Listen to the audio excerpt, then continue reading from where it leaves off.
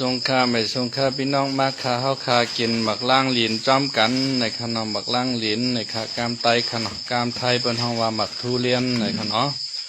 ปอกามมันเป็นห้องว่าตูยินตีในขนมตูยินตี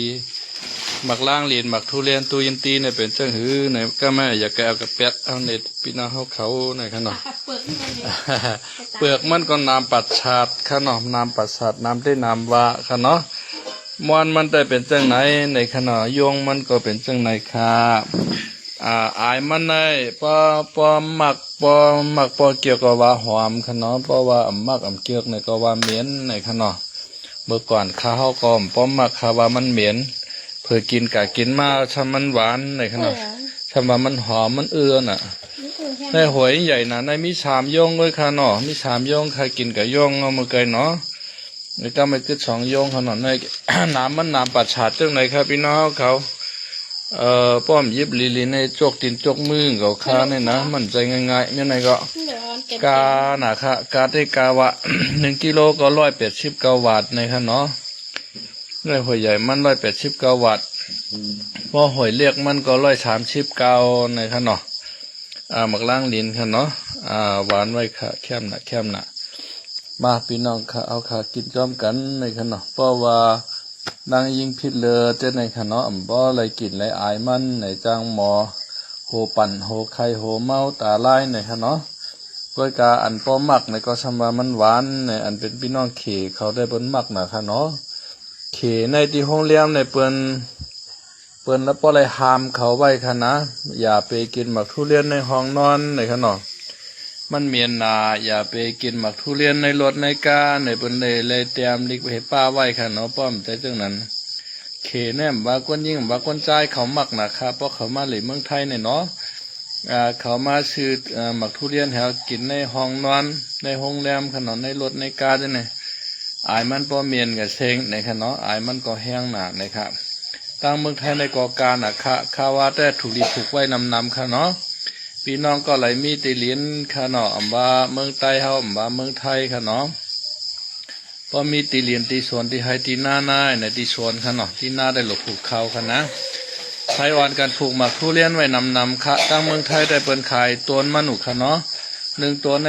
150 บาท180 บาท200 บาท300 400 500ก็มีอยู่ที่ตัวมันเล็กตัวมันใหญ่นะคะเนาะพอผูกไว้นำในก็ เดี๋ยวไล่กินหมักมัน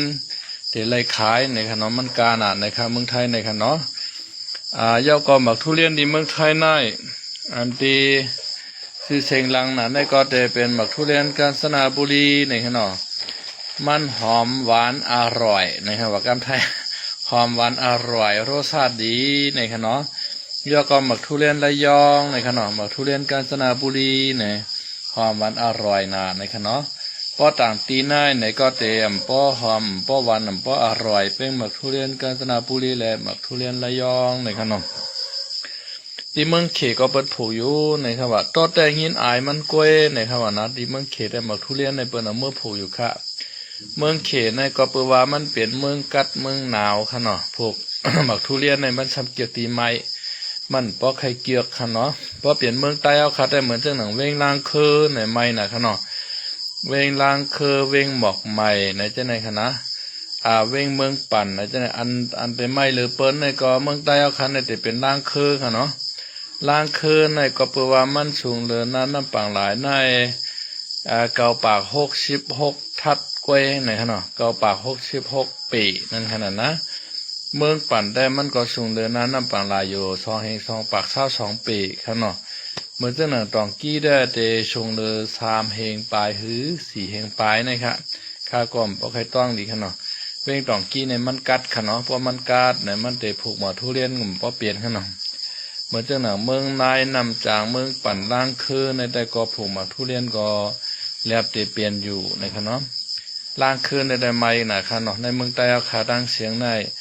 ล่างคือในแลบเตไม่เหลือเปิ้นหมดขนาดพอเจ้าหน้าในโลอ่านการผูกหมากทุเรียนค่ะพี่น้องล่างคือเฮาค่ะเนาะพี่น้องล่างคือเฮาจอมเหรียญให้เหรียญส่วนพี่น้องเฮาเขาค่ะเนาะอ่านการผูกหมากทุเรียนไว้จอมเหรียญให้เหรียญส่วนพี่น้องเฮาเขาค่ะป้อนในโซนในโกพี่น้องเฮาเขาโลใส่งาค่ะเนาะโ โลผูกอ้อยโลผูกงาโลผูกหมักพีดขนอโลผูกหมักคือโลผูกโถในโถไปหล่อเจ้าในขนอพี่น้องล้างคือเอาเขาเปิ้นเหตุการณ์ในเปิ้นเฮ็ดเตเฮ็ดวาในข้างเมืองล้างคือในขนอผูกอ้อยเนี่ยก็ผูกเป็นชนขนอน้ำอ้อยเป้งอยู่ว่าโถไปหล่อว่าขนอโถเฮว่าในคณะงาว่าน้ำมันว่าในออกล้างคือกำนำครับแล้วก็หมักหมูในขนอหมักหมูในมันได้ออกอยู่ตั้งหัวห้ากวยขนอน้ำตื่นได้ไหนชนหมักหมูปันแคมนะครับพี่น้องล้างคือของในคณะพอตั้งวันหัดนากงจะในซ้ำเตออกปันมันเป็นอ้อยขนอย่อก็แตงจำปูได้ไหนขนอแตงเต้าแตงจำปูจะในก็ออกตั้งล้างคือขนอพี่น้องล้างเคอในเปิ้นเปลี่ยนเมืองไทยเมืองการเปิ้นเฮ็ดการเต้เฮ็ดการวาค่ะใครวนดังเมืองไทยเหมือนเจ้าหนังภาคอีสานค่ะเนาะภาคอีสานเมืองไทยในก็เปิ้นผูกได้ผูกว่าค่ะผูกไหว้หวานในเหมือนเจ้าหนังตั้งแพร่จังหวัดแพร่เขาเจ้าในขนาดจังหวัดน่านเขาเจ้าในเหมือนเจ้าหนังอุตรดิตถ์เขาพิษณุโลกเขาเจ้าในสุโขทัยเจ้าในเปิ้นเฮ็ดการเนี่ยเพราะใครเปลืองกันนะพี่น้องล่างเคอเนาะเปิ้นผูกไฮผูกง่าผูกไว้ผูกมันช้างพอมันสับบารังใช่ไหมครับเนาะใครคือพี่น้องเมืองใต้เอาขาอ่อนการผูกหมากทุเรียนน้ำในขนมหมากทุเรียนในมันการครับว่าเมืองไทยว่าเมืองมานขนมหมากทุเรียนในการมานในเขาได้ขายจอมมันตะเรยันกุ้งในครับเฮาเมืองใต้เฮาในเฮียงในหมากทุเรียนเนี่ยขึ้นมาฮอดในมือกูปอกขนมหัวเมื่อเดียวแต่ถนนคนตั้งมันดีก้างง่ายขายถึงก้างง่ายมาดีแต่ถ้าได้มาถึงเอาก็หูขนมเหมือนจังหนังตั้งเมืองเฮาเนี่ยเมืองปั่นล่างคือเมืองนายจะเนี่ยต้อนหันบักทุเรียนให้พ่อค้าช่างห้อมกาอยู่ยันกรุงมันเตรจำไปหันค่ะบักทุเรียนในหันนะเมืองมานเขาก็เปิ้นได้ผูกค่ะบักทุเรียนค่ะเนาะเหมือนจังหนังตั้งยันกรุงเขาหมอปีเขาจะในค่ะเนาะเปิ้นได้มี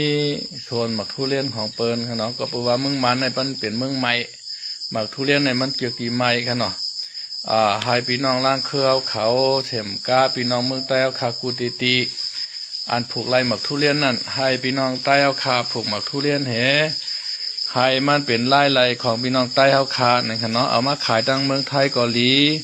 เอาเข้ากับขายตั้งเมืองเขเกาหลีขนมเมืองเขในเปิ้นเกี่ยวกินนะคะเขในแต่อโลว่ากวนยิ่งว่ากวนใจอย่าไปกินหมักทุเรียนในพวกห้ามเขาเพราะจะลำหาในเขในขณะพอมานอนโรงแรมเนี่ยพอไรแต้มลีของป้าไว้ถ่ายแค่พังหมักทุเรียนของเฮตั้งลีของเขาแต้มไว้ว่าห้ามกินทุเรียนในห้องนอนในขณะป้อมนั้นในห้องมันได้เหม็นกับเชงขนอนในรถในกาจะเนี่ยก็แต้มไว้อย่าไปหลุดเส้นเล็กอย่าไปกินหมักทุเรียนในขณะอายมันแห้งนะครับก็กะอายมันแห้งเสต้าเนี่ยก็มันหวานขนมหวานได้หวานว่ากามันก็กาหนักค่ะเนาะเมื่อเหลือพี่น้องเมืองเกียงใหม่เขาก็อ่อนกันเริ่มผูกหมักทุเรียนกันติ๊กเอาค่ะก็เปว่ามันการ1 กิโลใน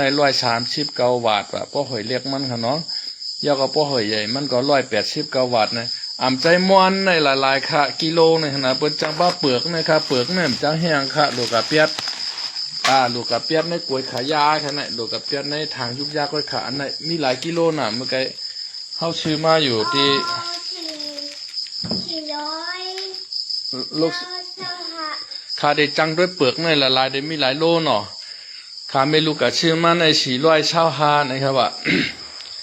425ค่ะเนาะกิโลเท่ากันแล้วล่ะลูก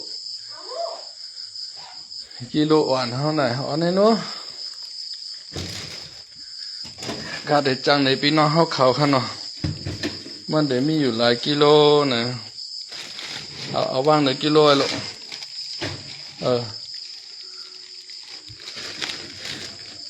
เอาใช้ลิเมอันนั้นลิวางกันไหนนะมีอยู่2 โลกึ่งครับพี่น้องเขา2 โลกึ่งครับเนาะในตัวศูนย์ครับเนาะเพราะ1 โลเนี่ยจะเปลี่ยนอยู่กันในค่ะเพราะใครตัวเล็กดีครับเนาะเพราะ2 โลเนี่ยเป็นกันในค่ะเพราะกึ่งในเป็นกันในค่ะเนาะเพราะ3 โลในกันในค่ะ3 กิโลในกันในตั้งในเพราะใครเดียวตัวเล็กเนี่ยเขาปีนตั้งด้วยเนาะตั้งในหันดีตั้งในหันดีนะครับตั้งในหันดีเนาะมาเอาจังตัว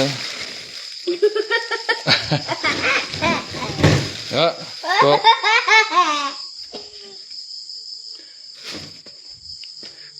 2 โลกึ่งฮะเนาะ2 โลกึ่งครับพี่น้องเขาในตัว1ในตัว2ฮะเนาะในแทง5 ปากกรัมค่ะเนาะ5 ปากกรัมอันในตัว3ก็ใน3 โล4 5 6 7 โล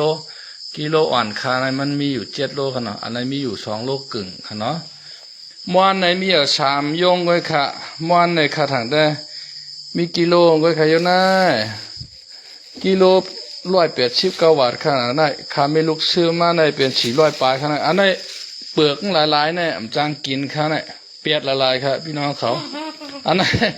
นในเปียดอย่างเลี้ยวค่ะเนาะพอมีจางก็อ่อยจางในมักนะครับนี่ในค่ะนะพอมีจางจึงเฮาในก็เอาปือเปียดละลายกับเปียดในยุกยักษ์เลยค่ะมันกาได้กาวาค่ะพี่น้องเขาอ่อนกันผูกไว้นำค่ะหมักทุเรียนในกาหนาเขาในกิโล6 บาทวะกิโล7 บาทวะเขาเปลือกนี่ค่ะเนาะถั่วเน่าก็กิโล21 บาทค่ะเนาะเขาเขก็กิโล5 บาทวะกิโล6 บาทวะในก้อยค่ะนี่หมักทุเรียนน่ะกิโลเป็น189 บาทค่ะพี่น้องเขาโลอ่อนกันผูกหมักทุเรียนนำค่ะเนาะเอาค่ะไม่สงค่ะพี่น้องเขาเจออันมีตีลินมีไฮมีสวนนั่นค่ะเนาะอ่อนกันผูกหมักทุเรียนนำค่ะเจอหมักทุเรียนในชื่อไรกันหลายในอันที่ล้านเปิ้นผูกต้นหมอกให้ขายต้นไม้ให้ขายนะเพราะเป็นเมืองไทยในมันนำหนาค่ะจอมเจนั่นนะมันนำพอตัวเล็กก็150 บาทค่ะ1 ตัวค่ะเนาะพอตัวใหญ่ก็200เนี่ย300เนี่ยอยู่ที่ตัวมันใหญ่ขึ้นแทงนั้นขนาด4 5 600เนี่ยมีค่ะพอชื่อตัวใหญ่เนี่ยก็ติดเจียวเลยกินค่ะเนาะก็ชื่อตัวเล็กก็ติดหมอก3 ปี4 ปีจ่องไก่หมากปันเฮาในค่ะเนาะอ่อนกันผูกกันนำค่ะว่าพี่น้องเมืองใต้เฮาว่าพี่น้องใต้เฮาอยู่เมืองไทยค่ะเนาะอ่อนกันผูกมาทุเรียนนำแต่ทางไล่ปันพี่น้องเขานะคะเอาค่ะไม่สงค่ะพออยู่เมืองใต้เฮาเนี่ยก็อ่อนกันเอากับขายเขาเมืองเขค่ะเนาะขายกับตั้งหมู่เจนำคำปุ่นขายเข้าก่อนในเมืองเขปุ่นค่ะเนาะเอาค่ะพออยู่จำเมืองไทยเนี่ยก็เอาเขามาขายตั้งเมืองไทยค่ะเนาะเอาเขามาตั้งตาขี้เล็กเอาเขามาตั้งมีห้องสวนค่ะเนาะแต่ขายไล่แต่เป็นไล่ตอนดับพี่น้องเฮาค่ะนะครับไม่สงค่ะเนาะเคยทบกันค่ะตั้งข่าวจะกำลาวแทงนะครับไม่สงค่ะให้กูก้อนอยู่ลีกินหวานเหตุการณ์ขึ้นใหญ่ไม่สูงให้มีเงินมีคำกันนำใช้กำค่ะไม่สงค่ะ